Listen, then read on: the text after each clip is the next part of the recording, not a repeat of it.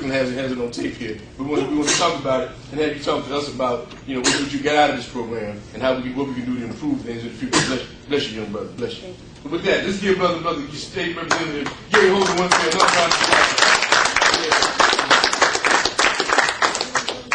Good morning again. Good morning.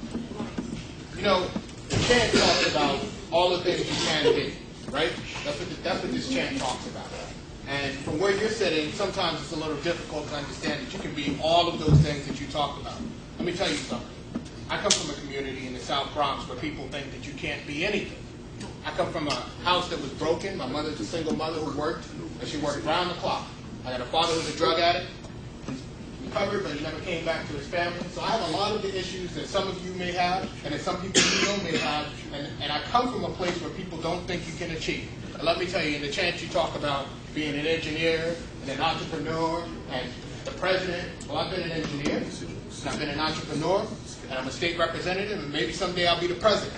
And what that says is, Mr. Gray said, when you look at us, you see yourself. When I look at you, I see myself. Because not too long ago, I sat in a similar situation where you are.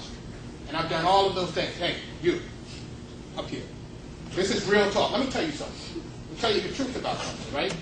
I asked you guys when I came here before how tough you were. Remember that? Some of you remember that? I asked you how tough you were. You remember that, right? And the reason I asked you that is because there are a lot of things you got to deal with out there when you go outside these doors, right?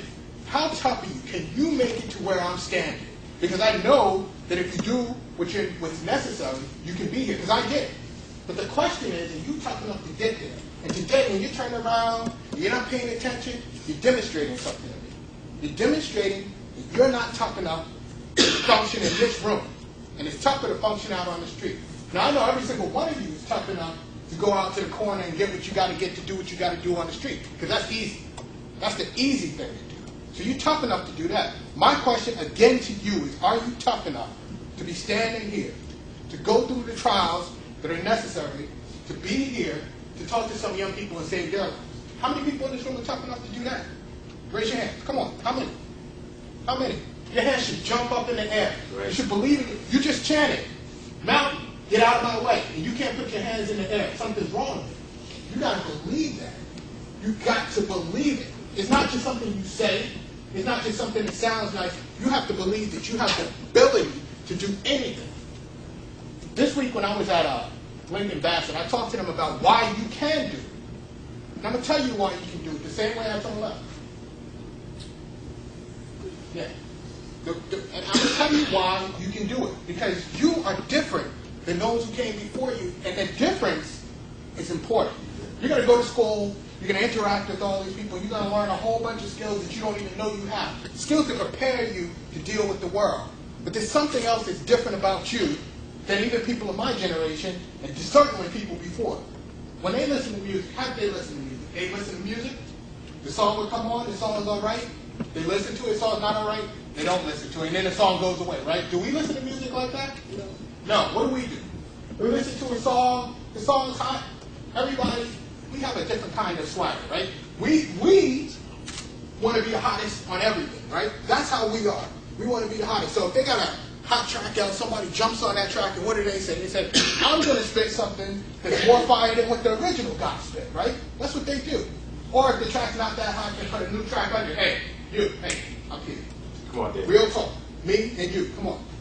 So they put a new track under, and then they come out, and sometimes that track is better than the original track. So we remix things, right? That's part of how you've grown up, right? Everybody here has heard a remix, right? Has anybody not heard a remix? All right, so if you turn on the radio, in the last few months you've heard Beamer Benz Evicted, right? Anybody not know this song? Right? Everybody knows this song. What's that song about? Come on, it's about cars. It's about all the flashy stuff, right? But women. But have you heard the remixes? Have you heard the remixes, right? Right? Now let me ask you a question. Joel Ortiz is on the remix, right? What's Joel Ortiz talking about? Jules Santana, right? No, he's on the remix. Okay, Joel. I know this song real well. Right. Joel Ortiz, what's he talking about? He never going to drive in the hood with cars from He's talking about Nissan, Honda, Chevy, right?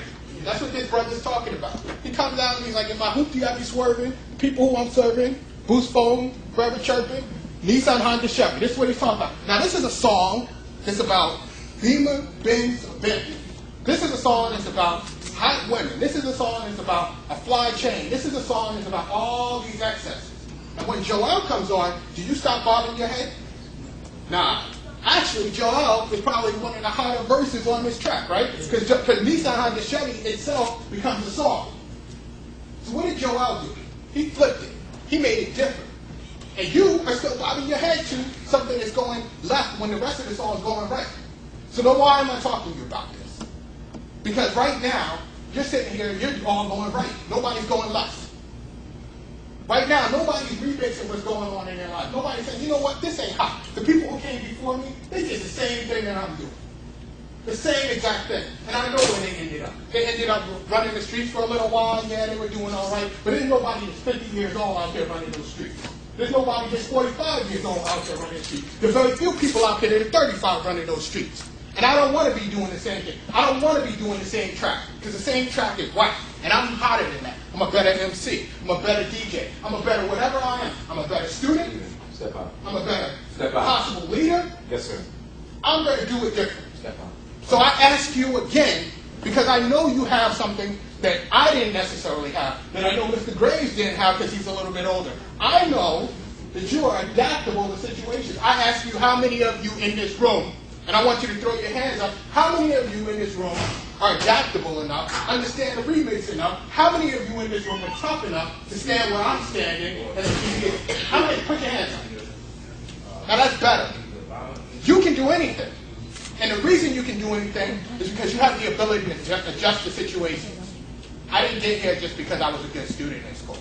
I didn't get here just because everything went right in my life. I got here because, like you, I understand that you have to adapt to situations. I got here because I was tough. I got here with people threatening my lives when I was defending people like you.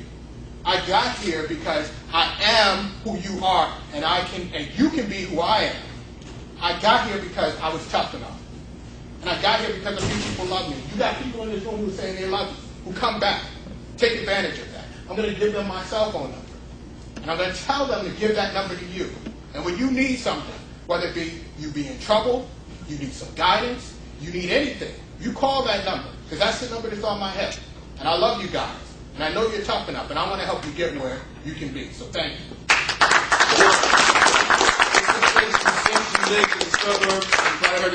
I'd like to have State Representative Holder-Winfield let us know where he lives. So I live in New Hallville, and I live right at the corner of Winchester and Division. Real talk. And the reason I live there, just real quick, the reason I live there is because a lot of people come to our communities talking about what should be happening, but they don't live in our communities.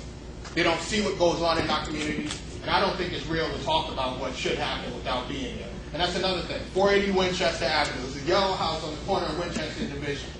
You live close to there, even if you don't, if you can get there, and you have an issue, you have a question, knock on the door, because that's where I am. Because I'm there for you. So thank you.